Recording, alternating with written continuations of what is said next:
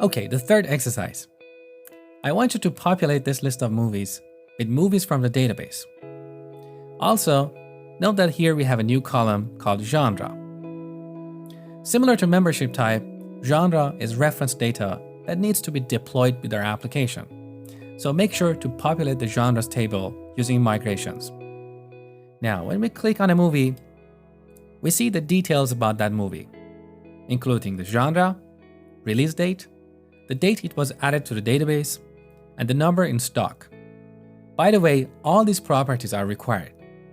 Now let me give you a few hints to point you in the right direction. The first step is to add a DB set of movie in application DB context in identity models file.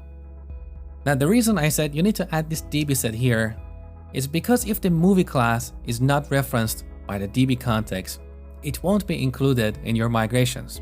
So that's your starting point. Next, you need to add the additional properties in the movie class. This includes genre, release date, and so on. And finally, you need to create another migration to populate the genres table because this is reference data.